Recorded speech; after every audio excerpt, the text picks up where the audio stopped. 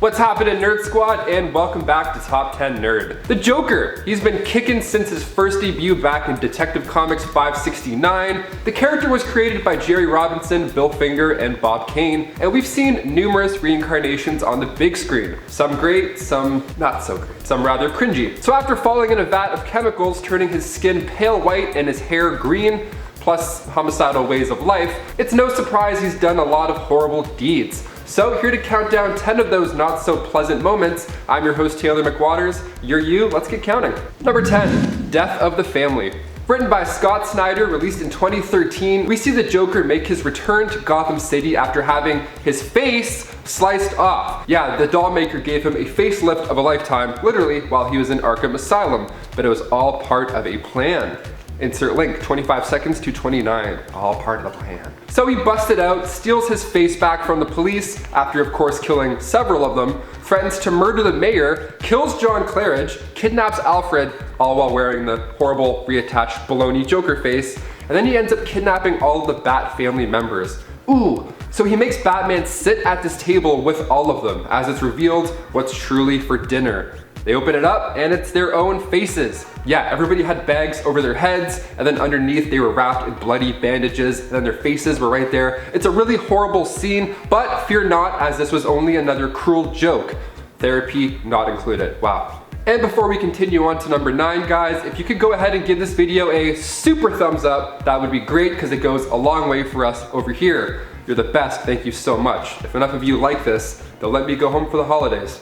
Okay, back to some Joker craziness. Number 9, Batman Endgame. Written by Scott Snyder and Greg Capullo in 2014, Batman Endgame is not a time heist. No. It is a 6-issue miniseries where the Joker releases an airborne virus so that every citizen in Gotham turns into these mini Joker maniacs, running around, flipping cars, lighting shit on fire. But no tiki torches though, no tiki torches. I mean, they're not that bad, right? Yeah, you white people. Classic evil riot stuff, you know? Now that already sounds bad enough to make the list, but it gets worse. So the Joker also uses this virus to make the Justice League members try and kill Batman. Yeah, making your friends turn against you. That's the worst. So Batman had to use everything he has to fight off his powerful co-workers. And what I love about the Joker, slash what terrifies me the most about the Joker, is how he uses Batman's true identity against him.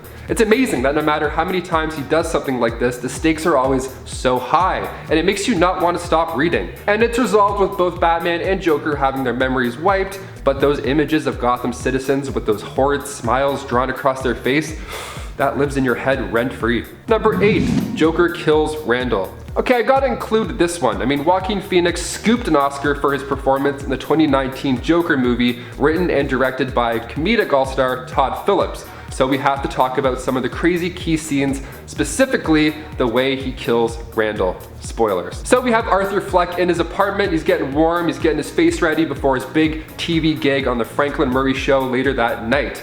And then he's joined by his former colleagues, Randall and Gary. So they question his face paint, obviously, by asking if he got a new job or maybe he's planning to go to the rally. And Arthur says, no, his mom died, so he's celebrating. I mean, that's one way of mourning, okay. So Randall asks a few questions about these recent crimes, so Arthur keeps the conversation going a little bit, stalling as he pulls out a knife. And then out of nowhere, he stabs and kills Randall. And the fact that Gary was there like the whole time made us believe nothing bad is gonna happen because Arthur likes Gary. Who doesn't like Gary? He's terrified of what he just saw. He asks Arthur immediately why he just did that. Do you watch the Murray Franklin show? He responds, yeah, I'm gonna be on it tonight. This scene is just so chilling because he assures Gary so well that he can go free. He even pretends to like lunge at him as he walks by as like a joke. That's how comfortable he is around him. Dude's nuts.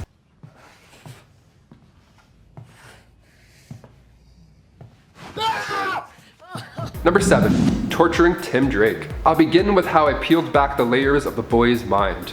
Joker says in the Batman Beyond Return of the Joker animated film created by Tim and Paul Dini. We see the Joker and Harley kidnap Robin.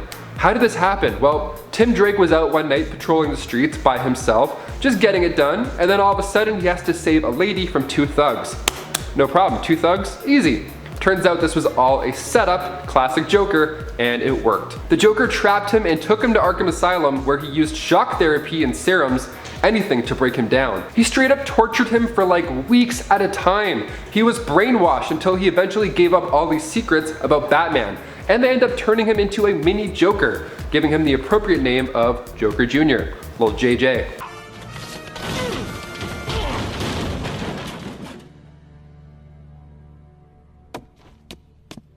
You've lost, Batman. Number 6, Joker kills the audience. This moment also mirrors what happened in the finale of the Todd Phillips Joker movie, so I gotta bring it up. It's like 2 birds, 1 stone, bam bam. So in Batman The Dark Knight Returns Part 2, Joker is invited on a talk show to get some insight behind his madness, which is always a great idea. Let's bring those people around. Ellen, like, hey, check under your seats, it's a knife. No. So stupid. After being asked by the host why he kills people, Joker explains how he's going to kill everybody in the room. And cue the panic laughs. What did he say? So Joker begins to explain that he thinks he's Batman's psychotic obsession. And then after asking about the lovely mugs that guests get to drink from on the show, the Joker then breaks the mug and then stabs Dr. Bartholomew in the neck, who was aiding Joker for this interview. Yeah, not so cured after all, I guess. And then if that wasn't bad enough, he then murdered the entire audience with a poisonous gas. Adam is a patient. Do guests get to keep these?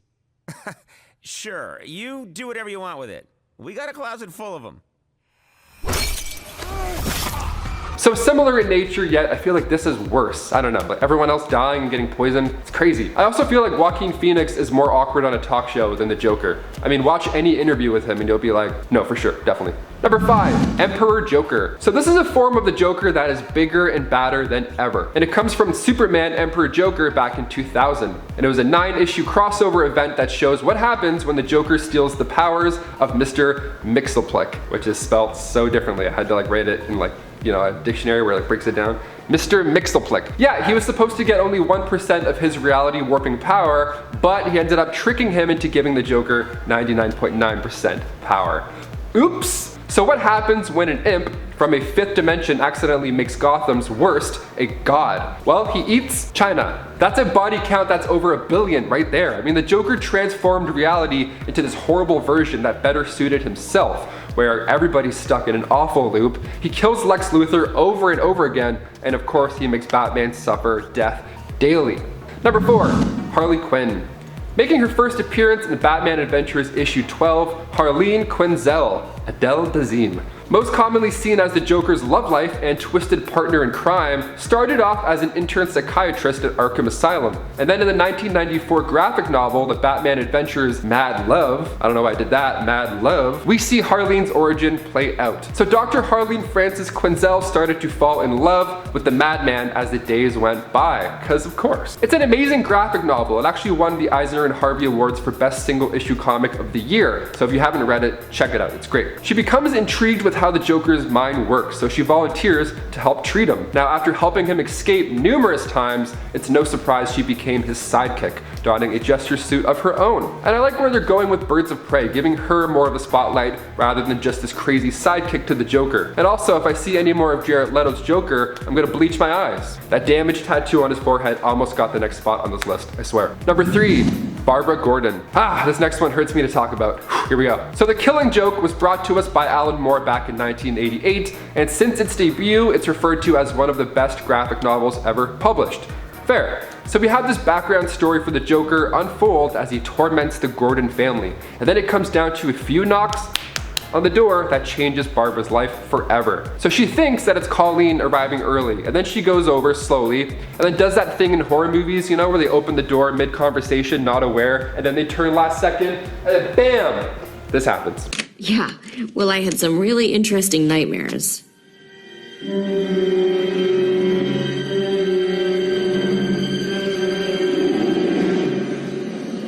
The animated movie didn't get the same raving reviews as the novel, and most reviewers agree that the movie built up all this backstory for Barbara just to be a plot device for Bruce's story. Yeah, she gets sacrificed in order for Batman to grow. Like, nobody was ever doubting the Joker would do something like this. I mean, guy eats China. So fans almost write the first 30 minutes off of what's otherwise a pretty solid time with the likes of Kevin Conroy and Mark Hamill voicing this adaptation. Number 2, beat Jason Todd.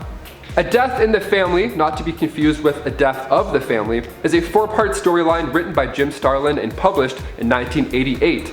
Now, this was a huge moment in the Bat story because we see the Joker beat the second coming of Robin, Jason Todd, like to death. This actually came to life thanks to the producers allowing the readers to decide what happens next to the Boy Wonder. And they chose death. He beat him with a crowbar and then a bomb ended it all. Like the Joker used Jason's mother, he blackmailed her and then used her to get to Jason and then killed her off too.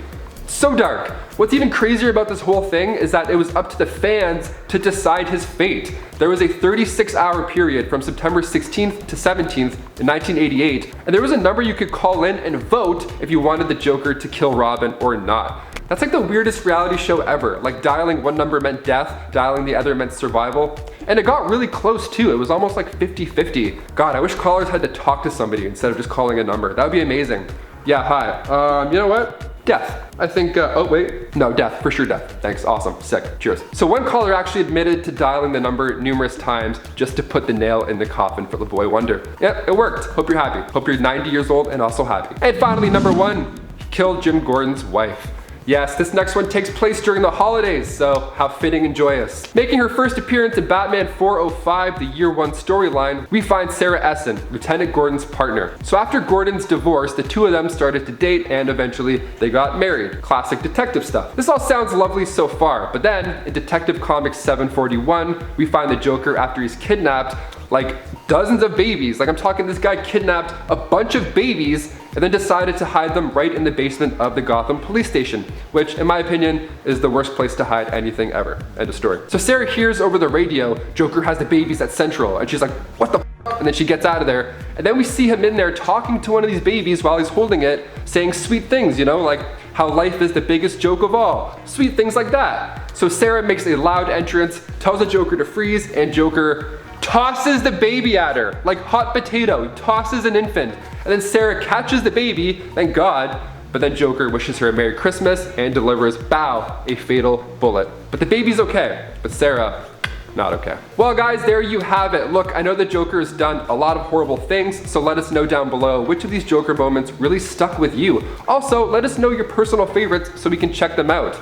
Thank you so much for watching. You guys are the best. I've been your host, Taylor McWatters. You've been you. Keep staying you and keep staying safe. We'll catch you on the flip side. Nope. We'll catch you on the next one. Peace.